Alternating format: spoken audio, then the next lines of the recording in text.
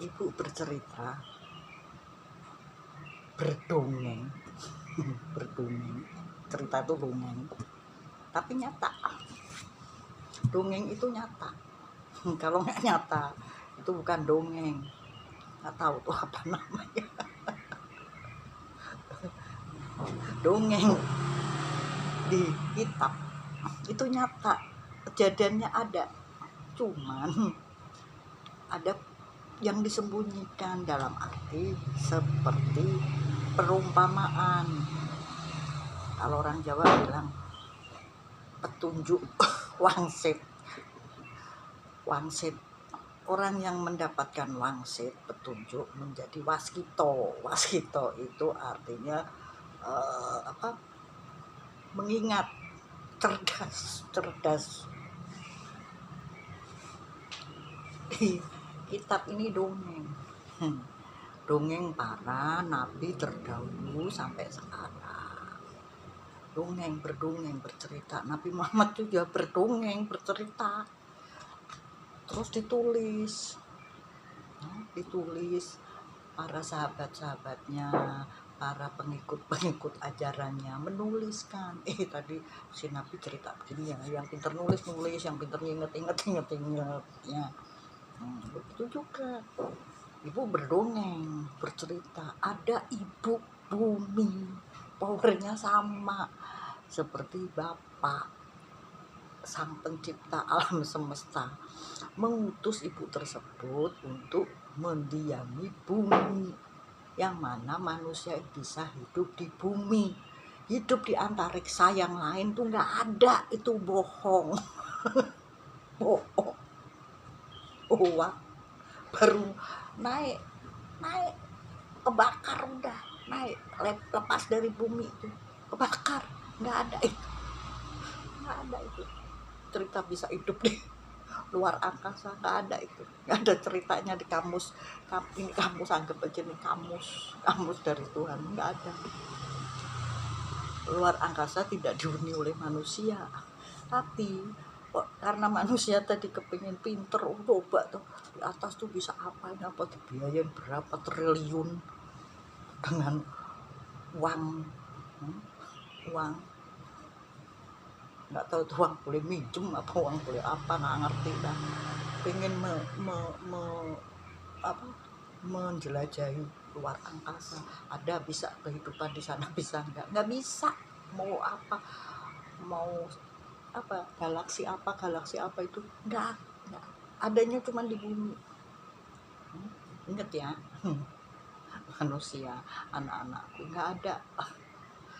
Ibu tuh nggak tinggal di sono, di bumi. Powernya nggak ada di sana, di bumi ya. Itu hanya dongeng, cerita, tapi cerita bohong, hoak, palsu. Makanya ada lagu, nanti kasih lagu, damai bersamamu Tuhan, damailah bersamamu. Dunia ini palsu, banyak kepalsuan, makanya jangan heran kalau ada tipu-tipu, dongeng tipu-tipu. Ini tipu-tipu itu betul adanya, tidak rekayasa, betul adanya. Penipu-penipu itu banyak ya. Makanya kita minta perlindungan, minta pengayoman pada Bapak, pada Ibu, supaya terlindungi, terjaga oleh manusia-manusia yang punya akal, budi pekertinya itu nipu, bukan bertipu, budi pekertinya baik. Makanya penipu itu hidupnya pasti susah, itu jaminan dari Allah pribadi, Tuhan pribadi, Sang Firman pribadi, jaminan bagi orang penipu.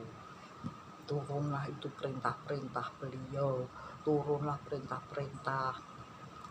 Ada yang namanya 10 perintah Tuhan. Itu jangan tuh ada 5, jangan lagi tuh ada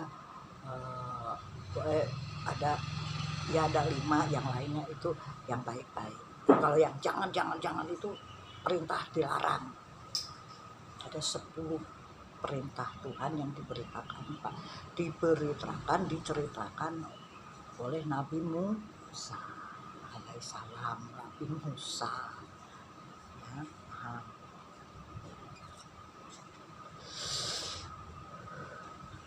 Aku pengen ketawa. Inilah dunia apa itu, dunia tipu-tipu. Ini nggak apa-apa, karena Tuhan pengen menguji keimanan manusia, kepintaran manusiamu sampai di mana. Kamu hidup tak kasih pinter, tak kasih kecerdasan, ditelaah. Ada alam nyata maupun alam yang tidak nyata. Alam nyata yang bisa dilihat sama mata, alam yang tidak nyata tidak bisa dilihat oleh manusia awam, bukan manusia khusus, manusia yang terpilih untuk melihat, menyaksikan alam yang tidak nyata. Makanya orang yang melihat alam yang tidak nyata masih berwujud manusia, dia bisa cerita, paham. Paham ya. Jangan bilang orang yang nggak paham, orang masih awam yang bisa cuma melihatnya pakai mata, jangan bilang kentir, sesat, lah kamu nggak ngerti. Kalau dikasih tahu juga percuma ya. Begitu dikasih tahu pun juga pasti bantah. Itu sifat manusia, pembantah. Allah mengerti, Tuhan mengerti. Memang ada yang diberikan sifat membantah, ngeyel kalau pengen tahu nggak apa-apa, setelah tahu itu ya yang dimaksud. Tapi ngeyel wow, nggak ada yang jual itu. nggak ada yang jual. Itu sifat ngeyel pengen tahu apa ngeyel emang nggak mau tahu ya. Ibadah ibu merokok ya, ini budaya bangsa Bani Jawa ya.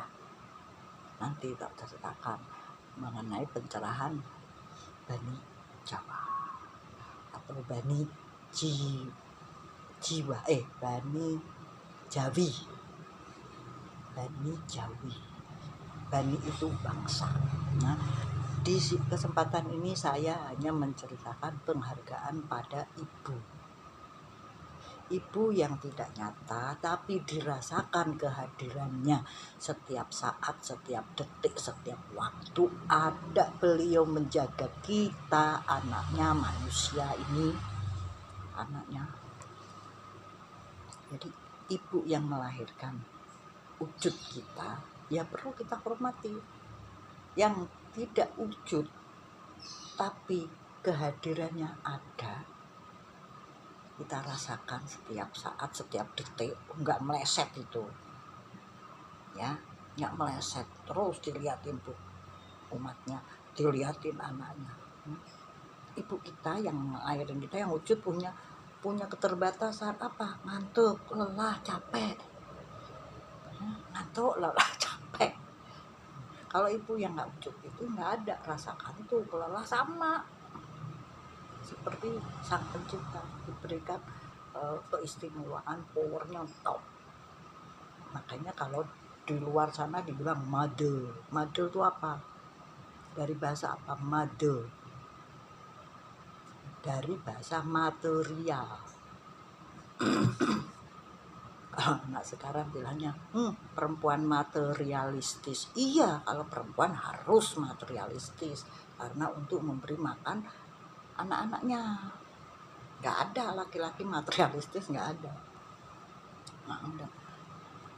Kalau laki-laki materialistis pakai gincu, pakai ini, dandan perempuan itu materialistis, terok. Ya, paham ya. Makanya pengen laki-laki kayak perempuan, jadi dah itu waria. Halo kaum waria, nggak apa-apa, biar nasnya kitab suci ya, nasnya kitab suci tergenapi. Memang ada, jadi dia tidak perlu dicela. Dia punya dua sifat. waria. Apalagi kalau yang perempuan jadi laki, namanya apa itu, dia punya dua sifat kental di dirinya.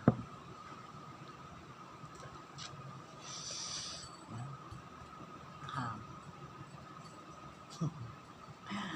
itulah makanya ibu sifatnya lemah lembut, penyayang, penyabar. Ibu. Kalau bapak galak, penyabar juga, tapi pemarah juga bisa. Marah juga. Ya. Ingat ya anak-anak, umat manusia, generasi muda yang sekarang baru sedang mencari, kalian mencari jati diri kalian, mempelajari ajaran ini, terus jadi perdebatan, baru kenal satu ayat, baru kenal, oh bagus ya ini debat. Supaya perdebatan itu suatu apa namanya, mau bikin persamaan, tapi sebenarnya udah sama, tapi kenapa kalian diperdebatkan? Hanya ingin mencari kebenaran. Aku ajaranku paling baik, ajaranku paling bagus. Oh sini. Itu namanya menjaring umat untuk masuk ke dalam suatu kotak. Jadi umat itu sini. Ya tak kasih pelajaran di kotak. Pada manusia itu bebas memilih apapun. Oh, ini kok nggak cocok, aku mau ini ganti yang lain, ntar ketemunya sama. Mau ganti ajaran yang lain, ketemunya sama pasti itu. Nggak ada yang berbeda. Cuman kenapa pada dibikin itu ya perdebatan? Sebetulnya kepengen mencari aku, ajaranku paling baik. Terus kalau sudah paling baik mau apa? Mau memperbaiki ajaran yang lain, itu sama kok. Yang diperbaikin apanya? Cuman masalah Tuhannya namanya beda gitu. Tuhan namanya beda, Tuhanmu sama Tuhanku namanya beda.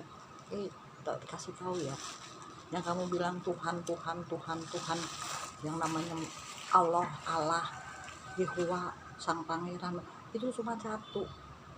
Dia tidak punya nama, makanya kalian kasih nama. Dia nggak punya nama. Terserah kamu mau kasih aku julukan apa, hebat ya. Terserah. Hei umat manusia, terserah kamu mau kasih sebutan aku apa. Wah mumet dah pada nyari sebutan apa dah tuh manusia.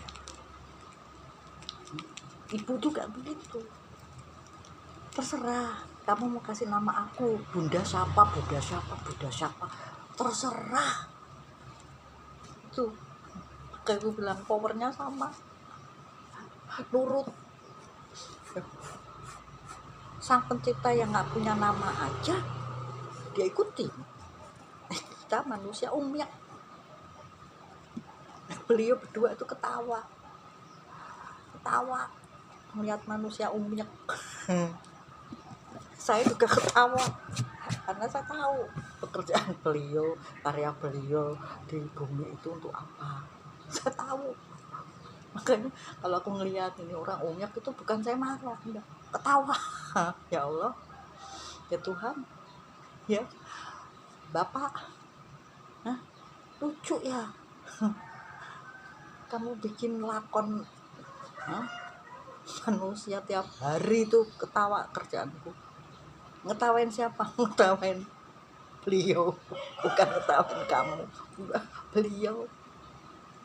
Beliau lucu ya kamu. Kerjaanmu bikin aku ketawa.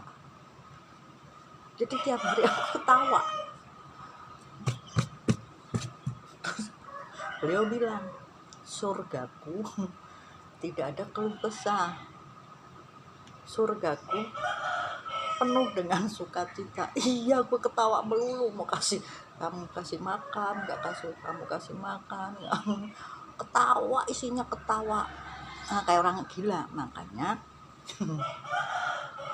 ada yang bilang, kalau kamu mempelajari kitab, kamu akan jadi orang gila. Betul itu. Nabi-nabi dibilang gila. Betul. Gila, dia mah gila katanya. Udah jangan dideketin, dia mau penyihir, jangan dideketin. Udah, kata si para nabi bilang, ya udah nggak deketin kamu ya nggak apa, aku aja udah ketawa. Ngelihat apa? Tingkah laku, bukan manusianya yang dilihat. Itu sang pencipta lagi bikin dagelan tiap hari itu, tiap hari ada aja ulahnya. Sang pencipta loh, sang pencipta alam semesta bikin dagelan. Ini kita yang melihat, para nabi-nabi melihat, ya kok bikin dagelan tuh. Nah, karena kita ketawa sendiri atau ini sendiri dibilang gila. Coba, bener enggak Nabi Muhammadmu dibilang gila? Nabi Isa dibilang gila. Karena apa? Nggak sesuai sama adat budaya kita, manusia di kalangannya. Gila lo, nggak sama ya kita. Dia lagi ngetawain pekerjaan.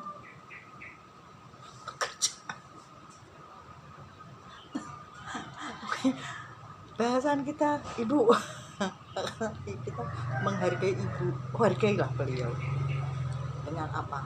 Cara menghargai, dengan menghormati apa yang diberikan beliau pada kita, putra-putranya, umat manusia. Sedikit kita berbagi dengan teman-teman kita, saudara-saudara kita. Bentuknya apa? Bentuk penghargaan beliau diberikan pada teman-teman kiri kanan kita. Bentuknya, ya, ingin tahu bentuknya penghormatan itu sesaji menghormati apa? Dari hasil keringat kita kerja, itu kerja dapat upah. Sebagian kamu sisihkan untuk kamu berikan makanan, minuman yang berbentuk hasil bumi. Disitulah kamu persembahkan pengabdian bahwa aku sudah diberikan ibu suatu berkah. Berkah apa? Sandang pangan yang berlimpah.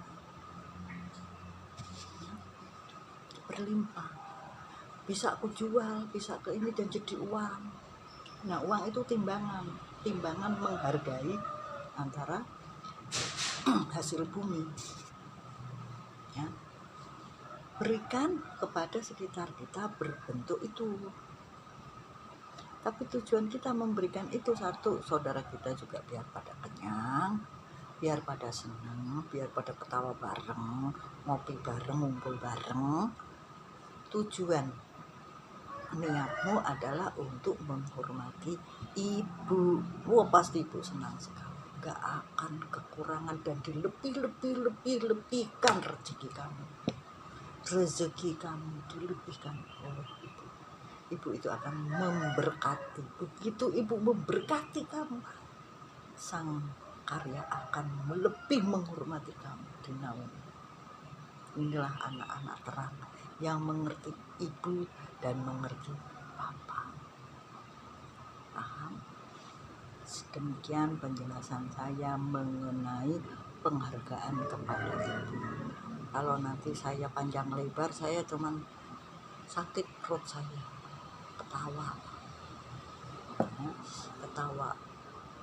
Jadi sekian pencerahan ini untuk kalian saudara-saudaraku umat manusia.